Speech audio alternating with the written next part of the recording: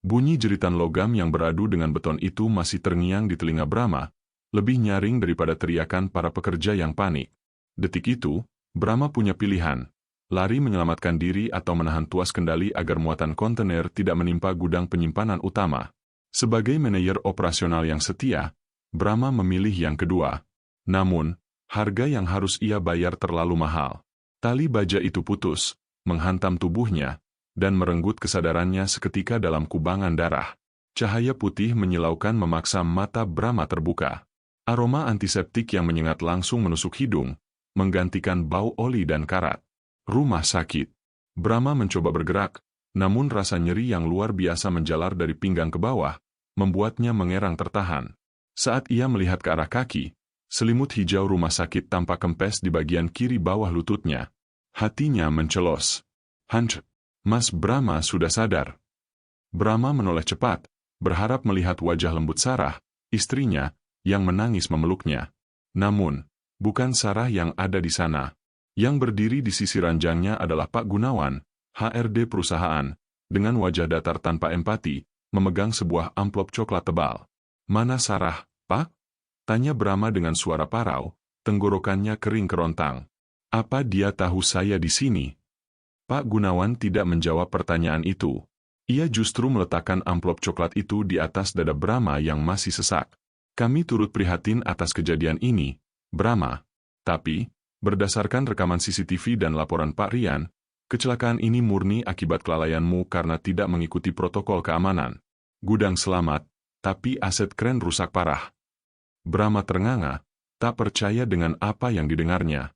Ia mengorbankan kakinya demi perusahaan. Dan ini balasannya? Kelalaian? "Saya menyelamatkan gudang senilai miliaran, Pak. Kaki saya." Perusahaan tidak bisa menanggung biaya pengobatan untuk kecelakaan yang disebabkan oleh kesalahan karyawan sendiri, potong Pak Gunawan dingin, seolah sedang membaca teks. Di dalam amplop itu ada surat pemutusan hubungan kerja, PHK, dan uang tali asi seadanya. "Mulai hari ini, kamu bukan lagi tanggung jawab perusahaan. Asuransimu sudah kami nonaktifkan per jam ini." Tanpa menunggu jawaban, Pak Gunawan berbalik pergi, meninggalkan Brahma yang hancur berkeping-keping. Sendirian di ruangan dingin itu, Brahma gemetar meraih ponselnya yang retak di meja nakas. Ia butuh Sarah. Ia butuh istrinya untuk mengatakan bahwa semua akan baik-baik saja. Panggilan pertama, tidak diangkat. Panggilan kedua, dialihkan. Panggilan ketiga, tersambung. "Halo, Sarah. Sayang, tolong aku." Namun, tidak ada suara Sarah. Hanya terdengar suara musik lounge yang elegan dan gelak tawa samar di kejauhan, sebelum panggilan itu diputus sepihak. Layar ponsel mati, menyisakan bayangan wajah Brahma yang pucat pasi dalam kegelapan nasib yang baru saja dimulai. Bunyi bip panjang telepon yang diputus itu seolah menjadi penanda berakhirnya kehidupan normal Brahma. Tanpa uang, tanpa asuransi, dan didorong rasa putus asa, Brahma memaksa keluar dari rumah sakit sore itu juga meski dokter melarang keras. Dengan sisa uang receh di saku, ia pulang menumpang taksi tua, menahan nyeri yang menikam setiap kali ban mobil menghantam lubang jalan. Kruk kayu murah yang diberikan pihak rumah sakit menjadi satu-satunya penopang tubuhnya yang kini tak lagi utuh. Sesampainya di depan rumah, Brahma menyeret langkahnya yang berat. Pintu depan sedikit terbuka. Harapan kecil tumbuh di hatinya. Mungkin Sarah sedang panik mengemasi barang untuk menyusulnya ke rumah sakit. Namun, saat Brahma mendorong pintu, pemandangan di ruang tamu membekukan darahnya. Rumah itu berantakan, tapi bukan karena panik. 2 koper besar berdiri tegak di dekat pintu. Sarah berdiri di sana, bukan dengan wajah sembab karena menangis, melainkan tampil sempurna dengan gaun merah marun, riasan wajah yang flawless, dan aroma parfum mahal yang menusuk indera penciuman Brahma yang masih pusing. Kontras yang menyakitkan dengan Brahma yang bau obat, keringat, dan darah kering. "Sarah!" panggil Brahma lirih. Sarah menoleh. Tidak ada pelukan. Tidak ada air mata. Tatapannya sedingin es. "Oh, kamu pulang sendiri? Baguslah. Irit ongkos taksi," ucapnya datar sambil menutup resleting tas tangannya. Brahma terpaku. "Kamu mau kemana?" "Aku baru saja kecelakaan, Sarah. Aku butuh kamu." Sarah tertawa kecil, sebuah tawa kering yang meremehkan. Ia melempar selembar kertas ke arah Brahma, Surat tagihan cicilan rumah yang menunggak. HRD perusahaanmu meneleponku tadi pagi. Kamu dipecat karena kelalaian fatal, kan? Tanpa pesangon, tanpa asuransi. Kamu pikir aku bodoh, Brahma? Aku menikahimu karena kamu manajer operasional yang bona fide, bukan pengangguran yang akan menyeret hidupku jadi melarat. Hanya karena uang, suara Brahma bergetar menahan amarah dan sakit fisik. Kita bersumpah sehidup semati, Sarah. Dan lihat aku bahkan belum sempat bilang padamu. Brahma menyibakkan sisa potongan celana jeansnya yang robek, memperlihatkan perban tebal yang membebat sisa kakinya yang diamputasi di bawah lutut. Darah segar masih merembes di kain kasa putih itu. Brahma berharap, setidaknya rasa kemanusiaan Sarah akan tersentuh melihat penderitaan fisiknya. Namun, realita menampar Brahma lebih keras dari kecelakaan itu sendiri. Mata Sarah membelalak, bukan karena iba, melainkan karena jijik. Ia mundur 2 langkah, menutup hidung dan mulutnya seolah melihat bangkai tikus. Ya Tuhan! Desi Sarah, nadanya penuh penolakan. Jadi, kamu bukan cuma miskin sekarang, kamu juga cacat. Buntung. Hening. Pertanyaan itu menghancurkan sisa harga diri Brahma. Sarah, bentak Brahma. Jangan sentuh aku, pekik Sarah saat Brahma mencoba maju selangkah. Dengar ya, aku wanita berkelas. Aku tidak sudi menghabiskan masa mudaku mendorong kursi roda suami yang tidak berguna di mall. Terima kasih sudah mempermudah keputusanku untuk pergi. Tepat saat itu, suara klakson mobil mewah terdengar dari halaman depan. Sebuah sedan hitam mengkilap. Brahma mengenali mobil itu. Itu mobil dinas yang sering dipakai para eksekutif perusahaannya. Sarah tersenyum sinis, meraih pegangan kopernya. Jemputanku sudah datang. Seseorang yang kakinya utuh, dompetnya tebal, dan masa depannya cerah. Tidak sepertimu. Sarah melangkah anggun, melompati kruk Brahma yang tergeletak di lantai seolah itu sampah yang menghalangi jalan, meninggalkan Brahma yang rubuh ke lantai, menangis tanpa suara di rumah yang kini kosong melompong. Deru mesin mobil sedan hitam itu perlahan menghilang di kejauhan, membawa serta istri dan harga diri Brahma yang tersisa. Brahma masih tergeletak di lantai dingin ruang tamu, menatap pintu yang tertutup rapat. Malam itu, ia tidak berteriak ataupun menangis histeris. Ia hanya diam, membiarkan kegelapan menelan tubuhnya yang tak lagi utuh, ditemani rasa nyeri di ujung tungkai kakinya yang berdenyut seirama dengan detak jantungnya yang lemah. 3 minggu berlalu sejak malam jahanam itu. Hidup Brahma merosot drastis ke titik nadir. Rumah kontrakan yang dulu hangat kini terasa seperti gua hantu. Listrik sudah diputus PLN 2 hari lalu karena tunggakan. Di bawah remang cahaya lilin, Brahma duduk di sudut kamar, menyantap mie instan mentah, satu-satunya makanan yang tersisa. Wajahnya tirus, matanya cekung dikelilingi lingkaran hitam, dan rambutnya kusut masai. Ia bukan lagi manajer yang disegani, ia hanyalah bayangan hidup yang menunggu mati. Tok, tok, tok. Gedoran keras di pintu depan memecah kesunyian. Brahma meraih kruknya dengan susah payah, menyeret langkah menuju pintu. Di sana berdiri Pak Haji Rahmat, pemilik kontrakan, dengan wajah masam. Mas Brahma, saya sudah cukup sabar, ujar Pak Rahmat tanpa basa-basi. Istrimu bilang uang sewa sudah lunas setahun, ternyata dia bohong. Sudah 3 bulan nunggak. Kalau malam ini tidak bayar, silakan angkat kaki. Ada penyewa baru yang mau masuk besok pagi. Brahma memelas. Pak, tolong beri waktu. Kaki saya baru. Semua orang punya masalah, Mas. Potong Pak Rahmat tegas. Saya kasih waktu 1 jam untuk beres-beres. Diusir seperti anjing kurap. Brahma tertawa miris dalam hati. Dengan penerangan senter ponsel yang baterainya tinggal 10%, ia mulai melempar baju-bajunya ke dalam tas lusuh. Saat menarik jas kerja lamanya yang robek terkena reruntuhan saat kecelakaan, tangannya menyentuh benda keras di saku dalam. Sebuah flash disk metalik berukir inisial, R. Brahma mengerutkan kening. Ini bukan miliknya. Ingatannya melayang ke detik-detik sebelum kecelakaan. Saat itu Pak Rian, manajernya, panik di lokasi proyek dan menitipkan jasnya pada Brahma sebelum lari menyelamatkan diri saat sirine berbunyi. Brahma memakainya untuk melindungi diri dari percikan api, dan flash disk itu pasti tertinggal di sana. Didorong rasa penasaran terakhir sebelum ponselnya mati, Brahma menyalakan laptop tuanya yang layarnya bergaris. Ia menancapkan flash disk itu. Folder demi folder terbuka. Mata Brahma yang tadinya sayu perlahan membelalak lebar. Jantungnya berpacu lebih cepat dari saat kecelakaan terjadi. Ini bukan data proyek biasa.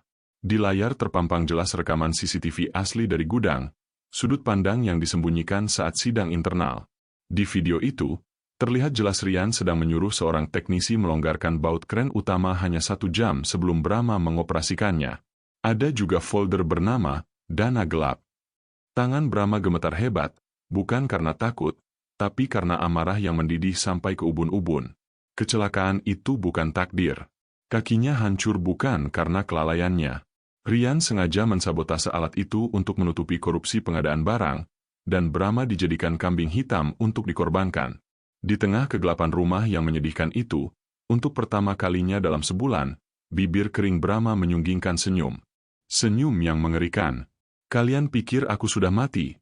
bisik Brahma pada layar laptop yang berpendar di wajahnya. Permainan baru saja dimulai. Euforia menemukan bukti kejahatan Ryan hanya bertahan sekejap. Layar laptop Brahma berkedip sekali, lalu mati total. Baterainya habis. Di saat yang sama, pintu kontrakan kembali digedor. Bukan Pak Rahmat, melainkan 2 orang bertubuh besar, orang suruhan pemilik kontrakan untuk memastikan Brahma bersih-bersih, malam ini juga. Malam itu, hujan turun dengan deras, seolah langit ikut menangisi nasib Brahma. Brahma terseret-seret di trotoar basah. Satu tangan memegang kruk, tangan lain memeluk tas ransel berisi laptop mati dan pakaian lusuh. Ia melindungi tas itu di balik tubuhnya agar tidak basah, karena di dalamnya tersimpan nyawa dan tiket pembalasan dendamnya. Ia berakhir meringkuk di emperan sebuah ruko kosong yang tertutup rolling door besi, menggigil kedinginan dengan perut yang perih bukan main. Harga dirinya sebagai laki-laki telah runtuh. Ia yang dulu memberi perintah pada ratusan buruh, kini tak lebih dari gelandangan pincang yang diabaikan pejalan kaki. Sebuah mobil sedan putih melambat di depan ruko, menyorotkan lampu terang ke arah wajah Brahma yang kotor. Brahma memalingkan wajah, malu. Pintu mobil terbuka. Sepasang sepatu hak tinggi melangkah keluar, menerjang genangan air. Brahma memejamkan mata, trauma akan kenangan sepatu Sarah. Apakah ia akan diusir lagi? "Pak Brahma?" Suara wanita yang lembut namun tegas memanggilnya. Brahma mendongak ragu. Di hadapannya berdiri seorang wanita muda berjas rapi, memegang payung hitam. Wajahnya samar-samar terasa familiar. "Bapak, Brahma yang dulu menolong saya ganti ban di tol Cikampek, kan? Saat hujan deras seperti ini?" tanya wanita itu, matanya berkaca-kaca melihat kondisi Brahma. Ingatan Brahma kembali. 6 bulan lalu, saat ia masih gagah dan sukses, ia berhenti menolong seorang gadis yang mobilnya mogok. Gadis itu adalah Lara. Tanpa banyak bicara, Lara memapah Brahma masuk ke mobilnya. Ia tidak jijik pada bau apek atau pakaian basah Brahma. Ia membawa Brahma ke kantor hukum miliknya, sebuah ruko sederhana namun hangat. Setelah Brahma menghabiskan nasi kotak yang dibelikan Lara dengan lahap, sebuah pemandangan yang memilukan bagi Lara, Brahma akhirnya bercerita. Bukan tentang rasa sakitnya, tapi tentang flash disk itu. Lara, yang ternyata seorang pengacara spesialis sengketa bisnis, menyalakan laptopnya sendiri dan memeriksa flash disk yang disodorkan Brahma. Ruangan itu hening, hanya terdengar suara keyboard dan hujan di luar. Perlahan, ekspresi Lara berubah.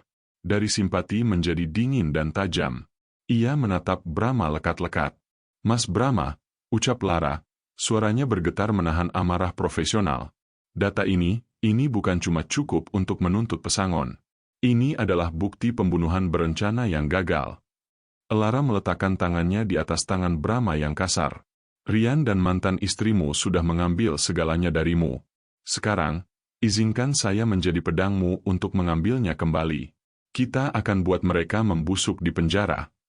Malam itu, di kantor kecil itu, aliansi mematikan terbentuk. Singa yang terluka akhirnya menemukan taringnya kembali. Janji yang terucap di malam hujan itu bukan sekadar kata-kata manis. Keesokan harinya, kantor kecil Lara berubah menjadi markas komando. Brahma tidak ingin sekadar menuntut pesangon. Ia ingin menghancurkan kerajaan Ryan dari dalam, perlahan dan menyakitkan. "Balas dendam terbaik adalah kesuksesan yang tak terbantahkan," kata Lara sambil meletakkan cermin di depan Brahma. Untuk pertama kalinya dalam berbulan-bulan, Brahma menatap pantulan dirinya. Diiringi bunyi mesin cukur yang berdengung, rambut gondrong dan jenggot kusam yang menyembunyikan wajahnya jatuh ke lantai. Di balik sosok gelandangan itu, tatapan tajam sang manajer operasional kembali menyala. Brahma memang kehilangan satu kakinya, tapi ia tidak kehilangan otaknya yang brilian. Dengan sisa tabungan elara yang diinvestasikan padanya, anggap saja ini pinjaman bisnis, kata wanita itu, Brahma mendapatkan kaki palsu sederhana.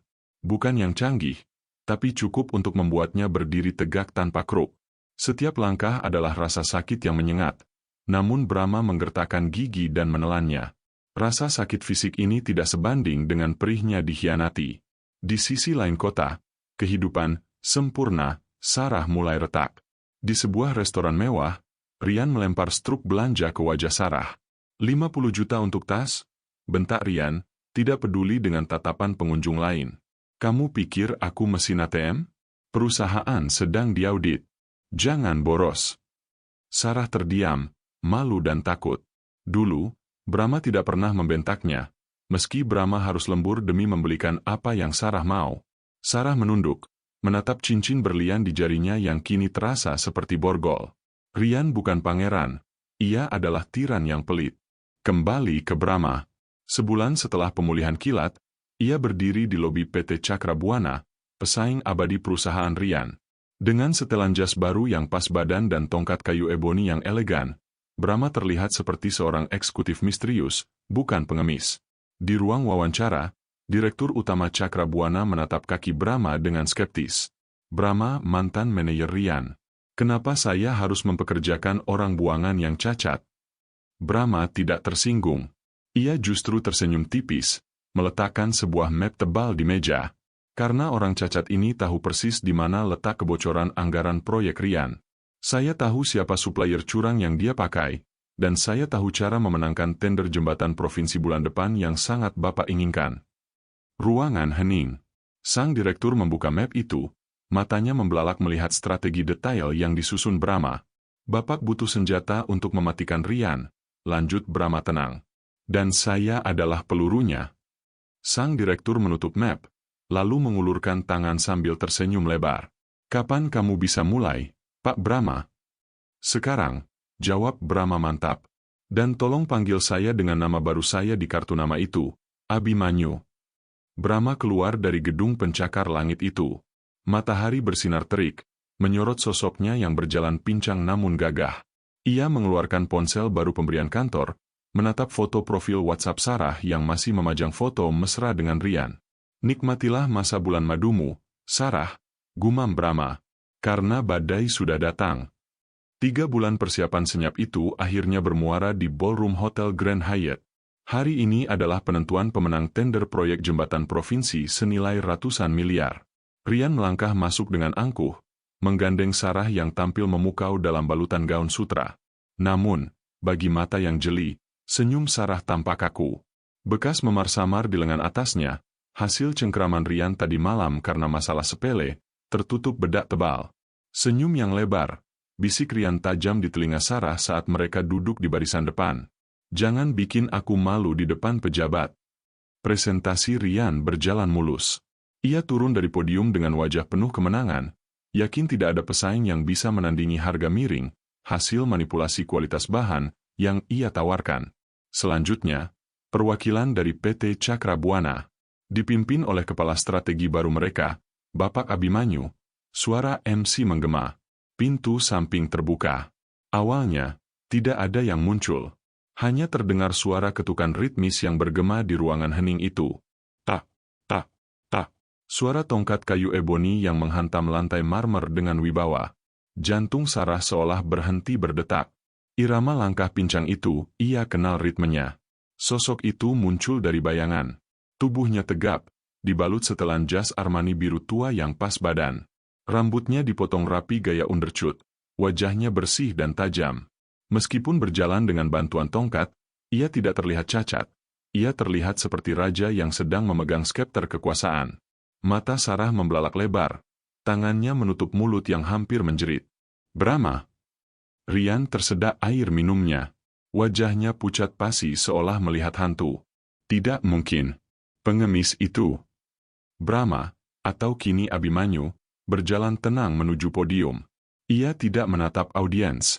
Matanya terkunci lurus pada Rian dan Sarah. Saat melewati meja mereka, Brahma berhenti sejenak.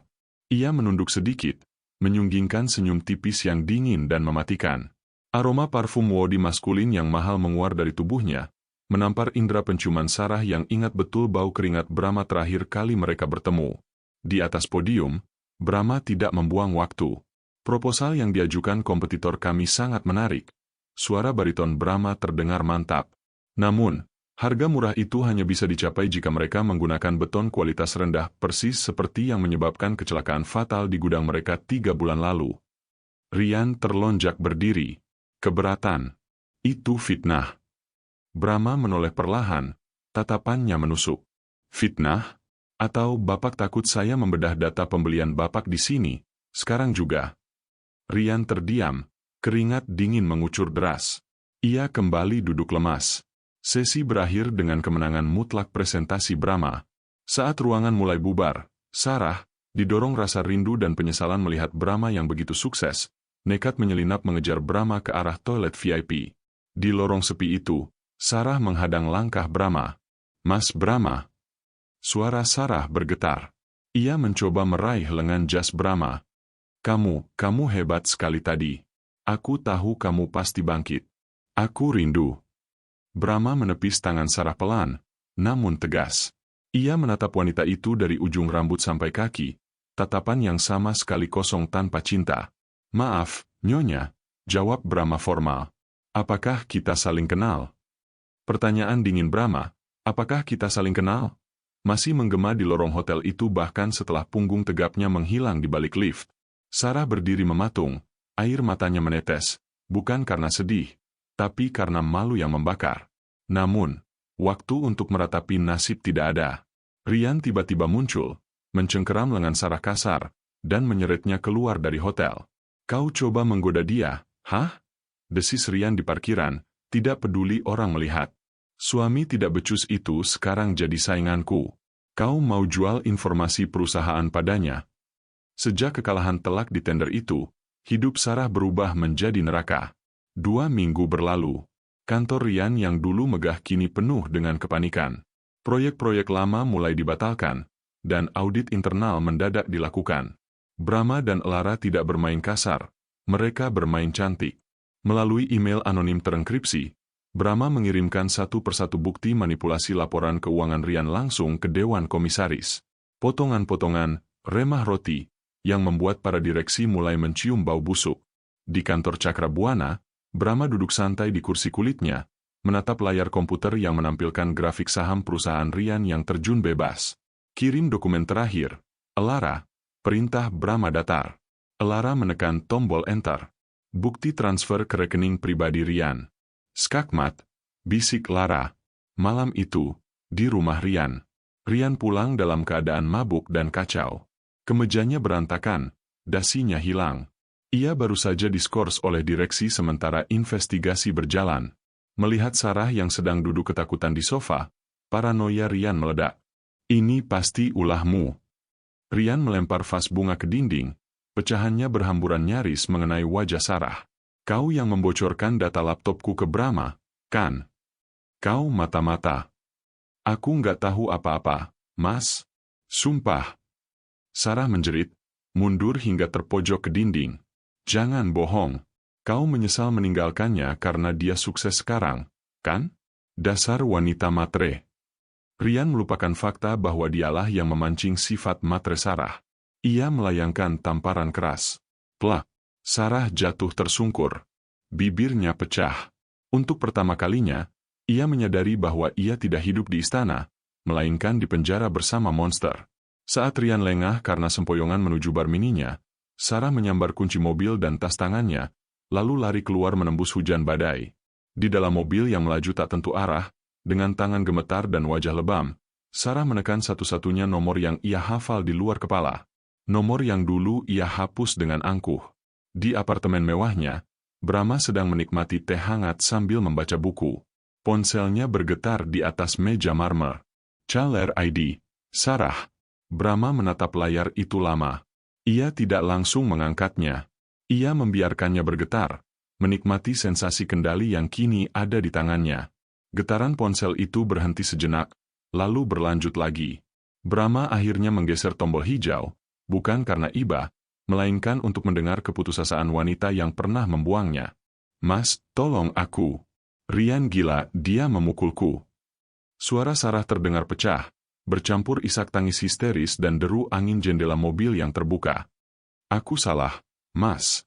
Aku mau pulang ke kamu." Brahma menyesap tehnya perlahan, membiarkan keheningan menyiksa Sarah selama beberapa detik. "Pulang?" tanya Brahma datar. "Rumah ini bukan tempat penampungan barang bekas, Sarah. Kamu memilih pria yang kakinya utuh, kan? Nikmati pilihanmu." "Mas, jangan tega." Klik. Brahma memutus sambungan. Ia tidak segera tidur. Ia menatap keluar jendela apartemen, matanya berkilat tajam. "Malam ini kalian hancur secara pribadi. Besok, kalian hancur secara nasional." Keesokan paginya, jagat maya gempar. Sebuah channel podcast terkenal dengan jutaan subscriber mengunggah video eksklusif berjudul "Tumbal Proyek, Kasus Korupsi dan Perselingkuhan di Balik Kecelakaan Kerja." Dalam video itu, Brahma duduk sebagai narasumber. Ia tidak tampil sebagai korban yang cengeng. Ia tampil tenang, cerdas, dan membawa data. "Saya tidak hanya kehilangan kaki," ujar Brahma di layar monitor yang kini ditonton oleh Ryan dari kantornya yang terkunci. "Saya kehilangan hak saya sebagai manusia karena keserakahan atasan saya." Kemudian, momen yang dinanti tiba. Host podcast menampilkan rekaman CCTV eksklusif yang didapat Brahma dari flash disk Ryan. Video itu memperjelas segalanya, sabotase baut keren atas perintah Ryan, dan momen Ryan lari menyelamatkan diri meninggalkan anak buahnya. Tak hanya itu, Elara juga menyerahkan bukti chat perselingkuhan Ryan dan Sarah yang terjadi sebelum kecelakaan, membuktikan bahwa rencana menyingkirkan Brahma sudah disusun lama. Video itu meledak. Dalam 1 jam, sudah ditonton 2 juta kali. Kolom komentar bergerak begitu cepat seperti air bah. "Gila, Ryan itu psikopat. Istrinya lebih parah, ninggalin suami pas lagi koma demi bosnya. Boikot perusahaannya. Penjarakan mereka." Di kantornya, Ryan melempar tabletnya ke lantai hingga hancur berkeping-keping. Telepon di mejanya berdering tanpa henti. Wartawan, investor yang marah, dan dewan direksi yang menuntut penjelasan. Sementara itu, di sebuah motel murah tempat Sarah bersembunyi, notifikasi Instagramnya meledak. Ribuan DM masuk berisi makian, ancaman, dan sumpah serapah. Foto-fotonya bersama Ryan yang dulu ia pamerkan dengan bangga kini menjadi bumerang. Ia dituduh sebagai pelakor dan wanita tak punya hati. Sarah meringkuk di sudut kasur, menutup telinga, tapi suara penghakiman itu seolah terdengar langsung di kepalanya. Dunia mereka runtuh dalam hitungan jam. Dan kali ini, tidak ada mobil mewah yang bisa menjemput mereka. Tiba-tiba, di layar monitor Ryan yang masih menyala sebagian, muncul berita breaking news. Kamera menyorot lobi gedung kantornya. Sirine polisi meraung-raung. Ryan berlari ke jendela. Di bawah sana, 3 mobil polisi sudah mengepung pintu masuk. Raungan sirine di bawah gedung kantor Ryan bukan gertakan. Dalam hitungan menit, lobi gedung yang biasanya steril berubah menjadi panggung drama kriminal. Ryan, yang pagi tadi masih berteriak-teriak pada bawahannya, kini diseret keluar dengan tangan terborgol ke belakang. Rompi oranye tahanan KPK melekat pas di tubuhnya, menggantikan jas mahalnya. Ribuan lampu flash kamera wartawan menampar wajahnya tanpa ampun, mengabadikan kehancurannya untuk halaman depan koran esok hari. Sarah menyaksikan semua itu dari televisi tabung di kamar motel kumuhnya. Tubuhnya merosot lemas ke lantai. Ryan tamat. Kartu kreditnya mati. Mobilnya disita. Ia benar-benar sendirian di dunia yang kini membencinya. 1 jam kemudian, hujan gerimis turun mengiringi langkah gontai Sarah di depan sebuah gerbang hitam yang kokoh. Itu adalah rumah baru Brahma, hasil dari bonus sukses memenangkan tender besar. Rumah itu hangat, lampunya bersinar keemasan, kontras dengan Sarah yang basah kuyup, make up luntur, dan sudut bibir masih biru bekas pukulan Ryan. Sarah menekan bel berkali-kali dengan tangan gemetar. Tak lama, gerbang otomatis terbuka perlahan. Brahma keluar, berdiri di teras yang teduh. Ia mengenakan pakaian santai rumah yang bersih, memegang secangkir kopi, wajahnya tampak damai. Tidak ada lagi gurat penderitaan di sana. Melihat Brahma, pertahanan Sarah runtuh. Ia berlari kecil, lalu tanpa mempedulikan harga diri, ia menjatuhkan dirinya, bersimpuh di atas paving blok basah tepat di depan sepatu Brahma. Mas, maafkan aku. Isak Sarah, air matanya bercampur air hujan. Aku hilaf, Mas. Aku dipaksa Rian. Aku takut. Aku cuma wanita lemah yang butuh perlindungan. Tolong terima aku kembali. Kita mulai dari nol lagi, ya? Aku janji akan jadi istri yang baik kali ini. Sarah mencoba memeluk kaki Brahma, kaki palsu yang tertutup celana panjang. Brahma tidak menendangnya. Ia hanya mundur selangkah, membuat pelukan Sarah menangkap angin kosong. Gerakan mundur itu lebih menyakitkan daripada tamparan fisik. Brahma menatap Sarah bukan dengan kemarahan, tapi dengan tatapan kosong seolah melihat orang asing yang nyasar. Mulai dari nol? Ulang Brahma, suaranya tenang namun menusuk tulang. Sarah, saat aku di nol, kamu membuangku seperti sampah. Kamu bilang kamu jijik melihatku, ingat. Itu emosi sesaat, Mas. Aku masih cinta? Potong Brahma sambil berjongkok, mensejajarkan wajahnya dengan wajah Sarah yang berantakan. Ia menatap lekat ke dalam mata wanita itu. Kamu tidak mencintaiku. Kamu juga tidak mencintai Rian. Kamu hanya mencintai kenyamanan yang bisa kami berikan. Dan sekarang, karena Rian di penjara dan aku di istana, kamu merangkak ke sini. Brahma berdiri tegak kembali, menepuk sisa debu imajiner di celananya. Pulanglah, Sarah. Tidak ada tempat bagimu di sini. Bahkan gudangku terlalu mewah untuk menampung pengkhianat. Brahma berbalik badan, berjalan masuk tanpa menoleh sedikitpun, meninggalkan Sarah yang meraung memanggil namanya di tengah hujan, menyadari bahwa pintu surga yang dulu ia miliki kini telah terkunci selamanya. Bunyi klik otomatis dari gerbang besi yang terkunci rapat itu seolah menjadi palu hakim yang mengetuk keputusan final. Di luar sana, suara tangisan Sarah perlahan lenyap ditelan derasnya hujan dan guruh. Brahma berdiri diam sejenak di balik pintu jati rumahnya, menarik napas panjang, dan menghembuskannya perlahan. Rasanya seperti melepaskan beban bertonton yang selama ini menghimpit dadanya. Brahma berbalik. Di ruang tengah yang hangat, Elara duduk di sofa sambil merapikan tumpukan berkas. Aroma coklat panas menguar dari dapur, menggantikan dinginnya kenangan masa lalu. Sudah selesai? Tanya Elara lembut, tanpa menoleh dari berkas di tangannya. Sudah, jawab Brahma singkat. Ia berjalan mendekat, langkah kaki palsunya kini terdengar iramanya lebih ringan, tidak lagi menyeret beban dendam. Brahma mengambil remote TV. Di layar berita, headline besar terpampang, vonis 12 tahun penjara untuk Rian Pratama atas kasus korupsi dan kelalaian kerja. Di sudut layar, terlihat cuplikan Sarah yang menutupi wajahnya, berjalan sendirian keluar dari kantor polisi dengan pakaian lusuh, diabaikan oleh semua orang. Tidak ada lagi kemewahan, tidak ada lagi kehormatan. Tanpa ekspresi, Brahma menekan tombol power. Layar menjadi gelap. Ia tidak merasa senang, ia hanya merasa selesai. Aku tidak butuh melihat kehancuran mereka lagi, gumam Brahma. Mereka hanyalah spion kecil di kendaraan masa depanku. Terlalu kecil untuk dilihat terus-menerus. 6 bulan kemudian, cahaya matahari pagi menyinari plakat marmer di depan sebuah gedung baru. Yayasan Brahma Bangkit, bantuan hukum medis bagi korban kecelakaan kerja. Brahma berdiri di depan podium, di hadapan puluhan wartawan dan, yang lebih penting, para pekerja difabel yang senasib dengannya dulu. Di barisan depan, Elara tersenyum bangga, menatap pria yang dulu ia pungut dari emperan toko kini berdiri tegak sebagai pahlawan bagi orang lain. Brahma memegang tongkatnya, bukan sebagai penopang kelemahan, tapi sebagai simbol kekuatan. Ia menatap hadirin dengan mata berbinar.